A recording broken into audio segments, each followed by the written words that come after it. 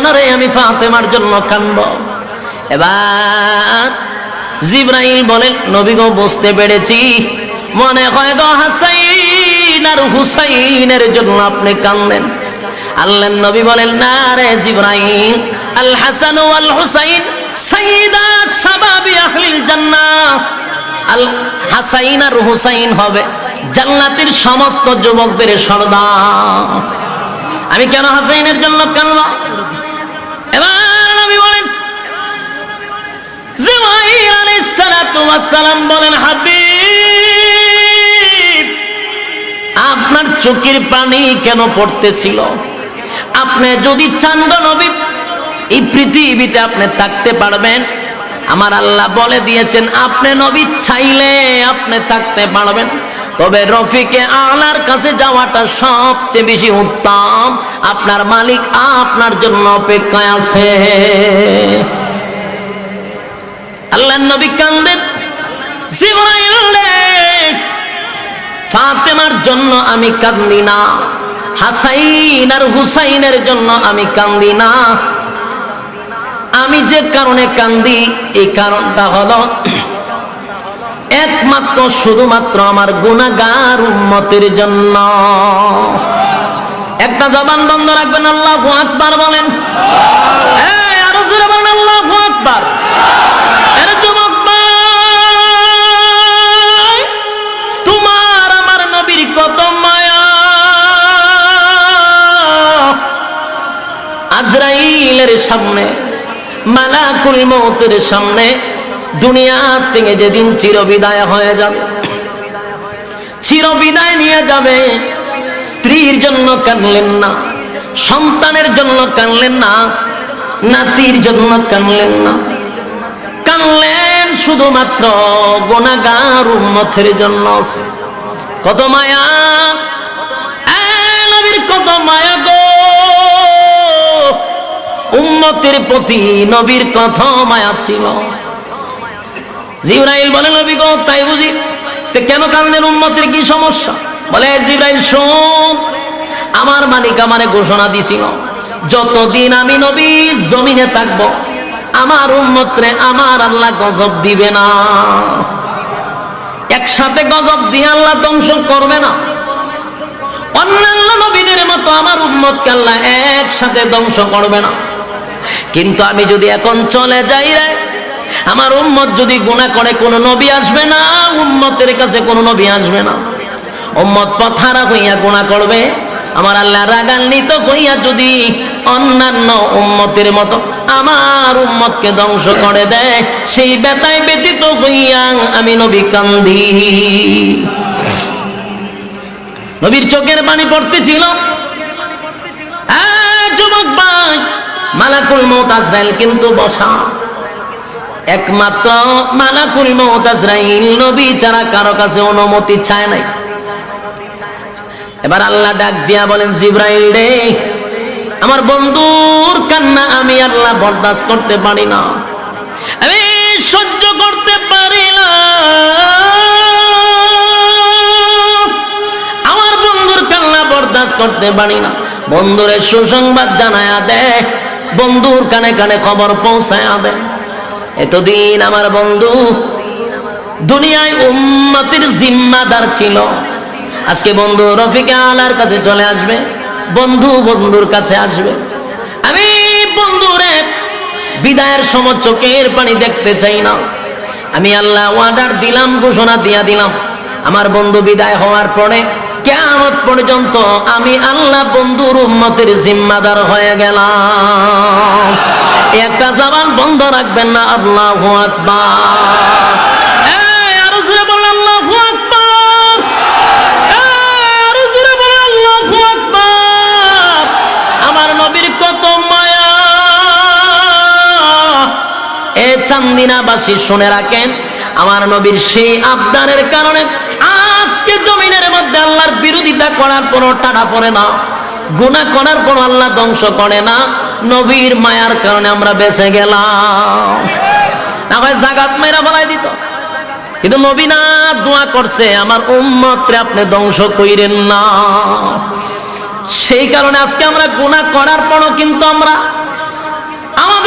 ধ্বংস করা হয় না। এটা একমাত্র নবীর অবদান। আল্লাহর পয়গম্বর আল্লাহর কাছে এটা ছায়া নিছে। আমার উম্মতরা আপনি একসাথে ধ্বংস কইরেন না। যুবক ভাইরা আমার, যেই কথাটা বলতেছিলাম, এই মালাকুল মউত আজরাইল এমন একজন ফেরেশতা, কারো কাছে অনুমতি চায় না। এবার নবী মুস্কি হাসি দিয়া বললেন, জিবরাইল নেই, আমার আর কোনো দুঃখ নাই, আমার কোনো দুঃখ নাই। আমার উম্মতের জিম্মাদার যেহেতু আমার আল্লাহ নিজেই হয়ে গেল, আমার আর কোনো কষ্ট নাই। এবার মালাকুল মউত আজরাইল আমার রূহ নিতে পারে।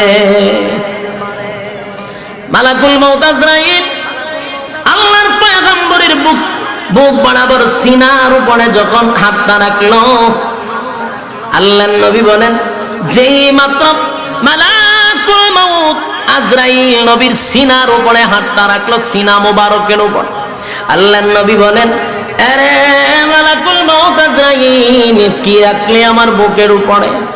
নবী গো, আমার হাতটা রাখছি। আল্লাহর নবী বলেন, না, আমি মনে করেছি উহুদ পাহাড় আমার বুকে রেখে দিয়েছিস। যুবক ভাই,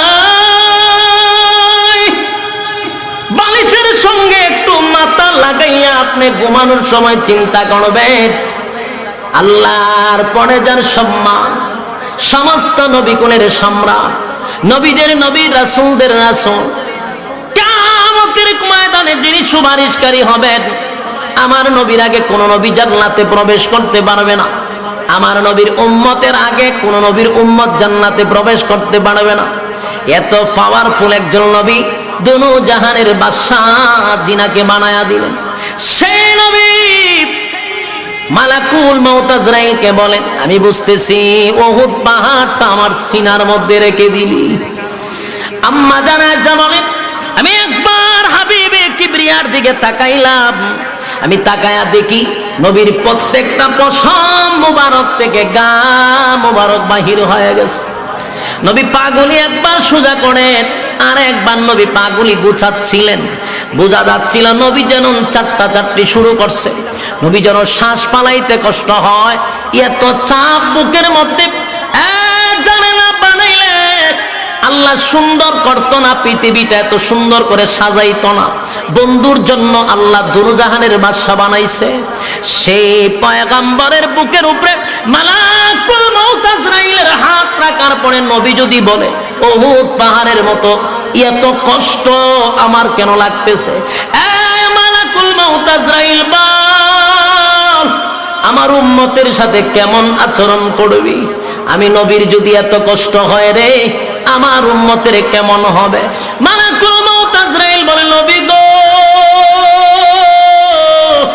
আল্লাহর সৃষ্টির পরে আমি জিন্দেগিতে যত রূহ কবজ করছি, নবীজি কারো কাছে আমি আজরাইল অনুমতি নিতে হয় না, কারো ঘরে ঢুকতে আমার কোনো প্রবেশ লাগে না। আর জিন্দেগিতে আমি যত রূহ নিয়েছি, এত আদবের সাথে, এত তাজিমের সাথে আমি কারো রূহ বাহির করি নাই। আমি আপনার রূহ বাহির করতে আসছি এমন আদবের সাথে, এমন তাজিমের সাথে। আমার জিন্দেগিতে আর কোনোদিন এমন ভাবে রূহ বাহির করি নাই গো নবী।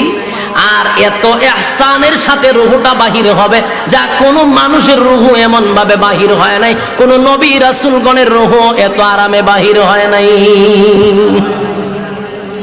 আমি শুধু আপনাদের কাছে জানতে চাই, সবচেয়ে একেবারে কমল ভাবে ইহসানের সাথে আমার নবীর রূহ বাহির করলো। নবী বলছেন, উহুদ পাহাড় যেন আমার বুকে রেখে দিছে। আর আমাদের মতো গুনাহগার উম্মতের কি অবস্থাটা হবে একটু কি আমি চিন্তা করছি? মরতে তো হবে, এটা কি অস্বীকার করা যাবে? হ্যাঁ, কথা বলেন। আরে যুবক, বর্তমান গবেষকরা বলে, বর্তমান গবেষক তারা বলে এখন বৃদ্ধ মরার সংখ্যা কম, যুবক মরার সংখ্যা বেশি। যেভাবে ঠিক কইছেন বোঝা যায় আমি মিথ্যা কইছি। রিপোর্ট দেখেন, গবেষণা জানা করে এদেরকে জিজ্ঞাসা করে, বেশিরভাগ এখন যুবক মরে, বৃদ্ধ মরে কম। হঠাৎ মৃত্যুর সংখ্যা বেড়ে গেছে। স্ট্রোক করা মরার সংখ্যা বেড়ে গেছে, ব্রেন স্ট্রোক করার মরা বেড়ে গেছে, হার্ট ব্লক হয়ে মারার সংখ্যা বেড়ে গেছে। বাস্তব না বাস্তব? আগে এরকম ছিল? ব্রেন স্ট্রোক কারে কয় নাকি চিনতই না আগে। এখন হচ্ছে না রোগ দেয়া মানুষ মারা যায় গো। তাহলে যুবক ভাইদের উদ্দেশ্যে আজকে আমার কথা হলো, বৃদ্ধ মরে কম, যুবক মরে বেশি। এখন আর এই কথা বলার সুযোগ নাই যে আগে বুড়া হয়ে গেল, দাড়িটা পাকুক, তারপরে আস্তে আস্তে বিয়া শাদী করে বাচ্চা কাচ্চা জন্ম দেওয়ার পরে আস্তে আস্তে মসজিদও যাবো না, অথবা মক্কা গিয়া নাম পালাবো হাজি, দেশ আইসার পরে যেই ফাজি এই ফাজি। যুবক ভাই, সিদ্ধান্ত নিতে হবে দুনিয়ায় তাইকা কোথায়, টার্গেট হলো কোথায়, জান্নাত হলো টার্গেট, সিদ্ধান্ত হলো দুনিয়ায়। যদি সিদ্ধান্ত দুনিয়া নেই, টার্গেট আমার ফিলাপ হবে। কথা বলেন, এটা কি বৃদ্ধ কালে না যৌবন কালে? এই জন্য বলি যৌবন কালটা কাজে লাগাইতে হবে। যৌবন কালটা আমার আল্লাহর কাছে বড় দামি গো, দুনিয়ার কাছেও যৌবন কালটা বড় দামি। যৌবন কাল যদি মালিকরে দিয়া দেই, আমার আল্লাহ বলেন আমি তোরে জান্নাত দিয়া দিব। সুবহানাল্লাহ। যুবক ভাইরা আমার, এবার আসুন তাহলে প্রথম নাম্বার কথা হলো, এই পৃথিবীতে থাকার কোনো সিস্টেম যদি থাকতো, আমার নবী থাকতে পারতো, কথা কোন ঠিক।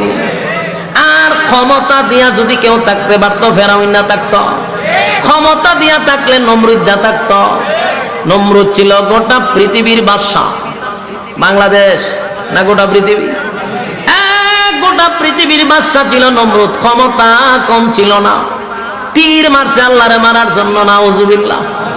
এমন ক্ষমতা পাইছে, আল্লাহরে মেরালাম, নাউজুবিল্লাহ। তীর মারছে, আল্লাহ কয় ফেরেশতারে তীরের মধ্যে একটু রক্ত লাগায়া দে, নমরুদের মনের আশা পূর্ণ হয়ে যাক। তীরের মধ্যে রক্ত দিকে আল্লাহ পানি শুরু করছে, ডিজে গানের আয়োজন করছে, ডান্স পাগলো ডান্স দেওয়া শুরু করছে। জিগায় তো নাচেন কাক, আল্লাহ মেরালেছি, নাউজুবিল্লাহ।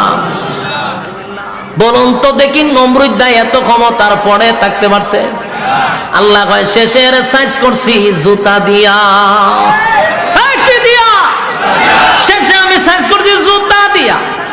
উসিলা ছিল প্রতিবন্ধী একটা মশা দিয়া, বালা বংশের কোন মশা না, ল্যাংরা আতুল্লুলা প্রতিবন্ধী বাতা ভাইতে এরকম মশা। এটারে নিয়ে আল্লাহ না খেদা ঢুকাইয়া ব্রেনও ঢুকাইছে, এইখানে ইনজেকশন মারছে, আর উপর দিয়া জুতা দা বাইরেতে বাইরেতে আমার আল্লাহ নমরুদরে শেষ করছে। ঠিক নি? ফেরাউন না দুই পা উপরে যদি তো দিয়া পাহাড়ের নিচে গিয়া হাত তুললা কইতো, মালিক রে আমি জানি তুমি হইলা খোদা, আমি হইলাম হুদা। ফেরাউন স্বীকার করতো, আরে মালিক আমি কোন খোদা টোদা না, আমি যে হুদা এটা আমি বালা কইরা জানি। এখন আমার খোদা মানুষে বললে আমার বড় ভালো লাগে, কিন্তু আমি যে খোদা দাবি করছি আমার বান্দা গুলি আইছে বৃষ্টি দেওয়ার জন্য। ফেরাউন বৃষ্টি দিতে পারবো? বান্দা গুলা কয় খোদা কি তাড়াতাড়ি বৃষ্টি দেন, জমি টমি সব শেষ। ফেরাউন আর 12টা বাজে গেছে, রাত্রের বেলা দৌড়াইয়া পাহাড়ের চিপায় গিয়া কয় মালিক রে ধরা খাইয়া লাইছি। বহু বেটাগিরি দেখা ইসলাম। এখন বান্দা আছে বৃষ্টির জন্য, আমি বৃষ্টি দিব কই থেকে? নীল নদীর পানি শুকায়া গেছে, কোথা থেকে পানি দিব? আল্লাহ জানি গো তুমি খোদা, আমি হইলাম হুদা, তবে দুনিয়াতে আমারে খোদা বানায়া দাও, পরকালে যা মনে চায় তাই ইচ্ছা মতে সাইজ কইরা লাইও। সাথে সাথে আল্লাহ নীল নদ পুরাটা পানিয়ে ভরপুর করে দিছে, বৃষ্টিও শুরু হয়েছে। এর কিছুক্ষণ পরে পাহাড়ের রাখতে গেছে তো আজকে মানুষের বেশে এক লোক একটু কারণ সাহস তো কম না, আমি বাদশা, কিন্তু পরিচয় দিলে তো লজ্জা। রাত রাত করে আপনি কেন বইয়ে কিতা করে?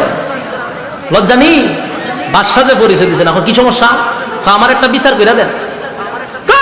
বিচার করতাম আমার মানে খবর যায়, আমার অবস্থা খুব খারাপ, নীল নদ পানি নাই, বৃষ্টি নাই, খুদা দাবি করছি, আমার অবস্থা খুব খারাপ, তুই এসব বিচার করে দিতাম। সামনে তো ছায়া দেখে নীল নদ পানিয়ে ভরপুর, বৃষ্টিও পড়তেছে, মনটা ফ্রেশ হয়েছে নি, কয়ে এখানে বিচার কিতা করতাম যা কইব কোন তা ওই মনটা আমার খুব ভালো।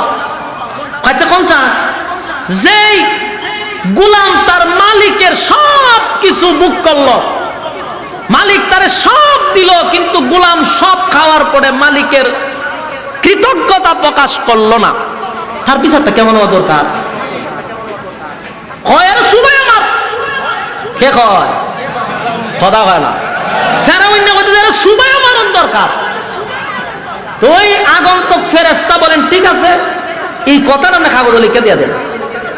খুশির ছুটে কাগজে লিখে দিছে, মালিকের গোলামি যে করলো না সবকিছু খাইয়া, সবকিছু দেওয়ার পরেও এর সুবাইয়া মারা দরকার, লিখে দিছে গেছে। যেদিন ফেরাউনের আল্লাহ সাইজ করে মুসা নবীর সাথে লাগছিল, নীল নদ ভালা এখন ফানির তলে নিছে, এ কালেমা পড়তে চায়, তখন তার কাছে জিব্রাইল একটা কাগজ দিছে, রে চিনছক নি লেখার লেখা, ওটা তো আমার লেখা, কিতা লেখা? সুবাইয়া মারণ, তোর যুক্তি অনুযায়ী তোর সুবাইয়া মারতাছি। তুই লিখে দিস না যে মালিকের নিয়ামত পাওয়ার পরে যারা কৃতজ্ঞতা প্রকাশ করে না, এর কেমনে মারণ? তুই লিখে দিছস সুবাইয়া মারণ, এখন তোর সুবাইয়া মারণ। ফেরাউনের কথা অনুযায়ী সুবাইতে সুবাইতে নীল নদ, এরপরে নিচ থেকে কাদাইনের মুখে ঢুকাই দিছে, কালিমা যাতে না পড়তে পারে। বলুন ক্ষমতা দেখায় পৃথিবীতে কেউ টিকতে পারছে? কথা কয় না, কেউ ক্ষমতা দেখায় থাকতে পারছে না। আমি আর তুমি কতদিন থাকবো? কথা কই না দি থাকতে পারবে? যুবক ভাই, ইতিহাস পড়ুন, ইতিহাস পড়ুন, ফেরাউনের ইতিহাস পড়ে দেখেন পারে নাই।